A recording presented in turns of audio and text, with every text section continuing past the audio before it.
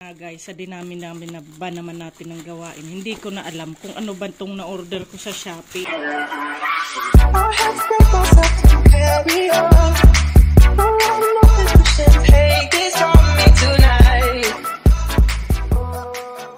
Tingnan nga natin kung ano ba talaga to. Okay. Dami ng... Na-excite tuloy ako. Mas maganda pala yung nakakalimutan mo kung anong order mo. Kasi, na-excite ka kung anong laman. Kasi kung alam mo, hindi ka na ma-excite.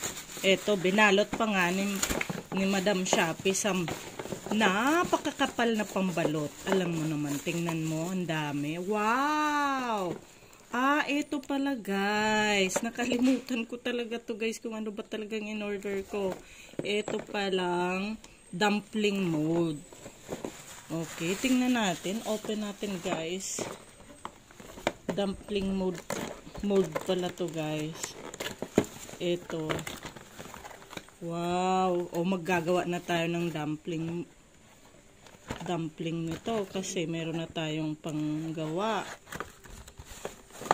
Wow, ganda naman. Thank you Shopee.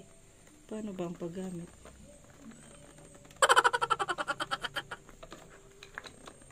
Yan, wow.